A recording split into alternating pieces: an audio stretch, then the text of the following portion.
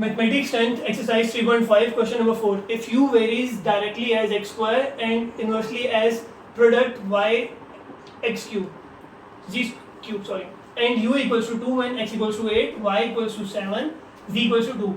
Find the value of u when x equals to 6, y equals to 3 and z equals to 2.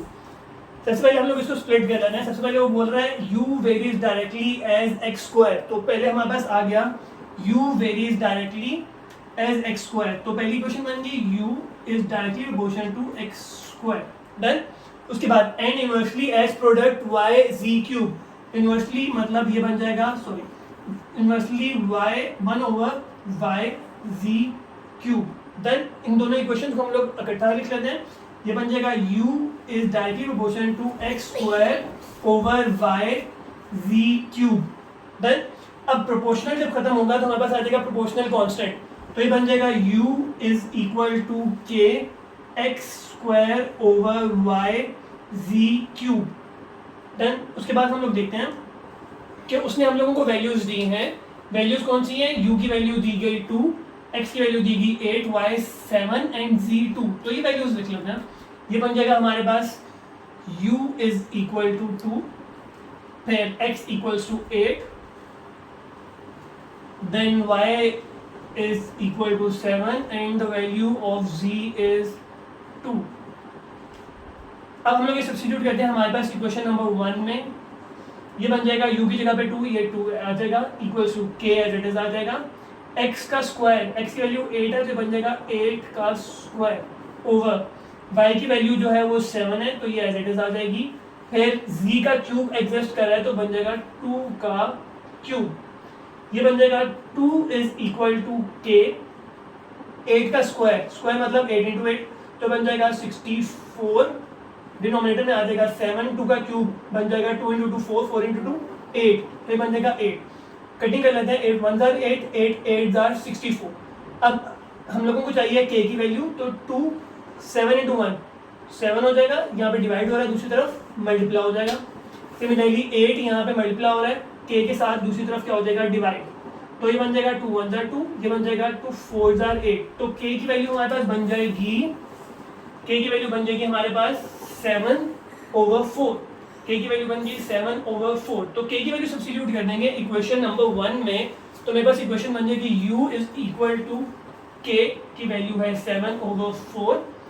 x square आ जाएगा numerator में हमारे पास और denominator में हमारे पास आ जाएगा y z क्यूब. डिनोमिनेटर में आ जाएगा y z क्यूब. देन उसके बाद देखते हैं. अब हम लोगों को चाहिए u की वैल्यू. तो ये बन जाएगा u equals to question mark. ये बन जाएगा x की वैल्यू 6, फिर उसने हमें दिया y की वैल्यू 3 एंड z की वैल्यू 2. y की वैल्यू 3 एंड z की वैल्यू आ गई 2. देन इसको सब्स्टिट्यूट करते हैं हम लोग अबव इक्वेशन में. हमारे पास आंसर आ जाएगा. ये बन जाएगा u is equal to 7, x का स्क्वायर मतलब 6 का स्क्वायर ओवर y की वैल्यू आ गई 3 और z का क्यूब मतलब 2 का क्यूब. तो ये बन जाएगा u इज इक्वल टू 7, 6 का स्क्वायर आ जाएगा 36, डिनोमिनेटर बन जाएगा 4 इंटू 3 इंटू 2 का क्यूब बन गया 8. अब हमारी मर्जी, हम लोग कैलकुलेटर में मल्टीप्लाई इसको करके फिर उसके बाद कटिंग कर लें, या हम लोग इसको यहाँ पे भी कटिंग कर सकते हैं. ये बन जाएगा 8 1 जार 8, 8 के टेबल में नहीं आ रहा सॉरी. तो ये बन जाएगा 4 के टेबल में 4 2 जार 8, 4 9 जार 36, 3 1 जार 3, 3 3 जार 9. तो फर्दर कटिंग पॉसिबल नहीं है. तो मेरे पास ये बन जाएगा u की वैल्यू आ जाएगी 7 इंटू 3 21 ओवर 4 2 जार 8. तो मेरे पास u की वैल्यू आ जाएगी 21/8. तो एक दफ़ा क्विक रिव्यू दे लेते हैं. हम लोगों को उसने बोला u डायरेक्टली प्रोपोर्शन है, वेरीज डायरेक्टली है x स्क्वायर के, तो u डायरेक्टली प्रोपोर्शन हो गया x स्क्वायर के. फिर उसने बोला and inversely as product of y and g cube. तो हम लोगों ने लिख दिया वो इनवर्सली प्रोपोर्शन आ गया. हम लोगों ने दोनों प्रोपोर्शनल की इक्वेशन को सम अप करके एक इक्वेशन बना दी. प्रोपोर्शन खत्म हुआ, प्रोपोर्शनल कांस्टेंट आ गया हमारे पास. प्रोपोर्शनल कांस्टेंट के बाद हम लोगों को उसने जो वैल्यूज गिवन दी थी वो हम लोगों ने सब्स्टिट्यूट की इक्वेशन नंबर 1 में. इक्वेशन नंबर 1 में वैल्यू सब्स्टिट्यूट करने के बाद कटिंग करने के बाद मेरे पास k की वैल्यू आ गई 7/4.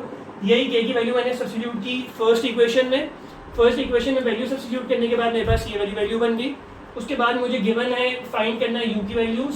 गिवन है x6 y3 एंड g2. हम लोगों ने वही वैल्यूज यहाँ से लिखनी क्वेश्चन में से.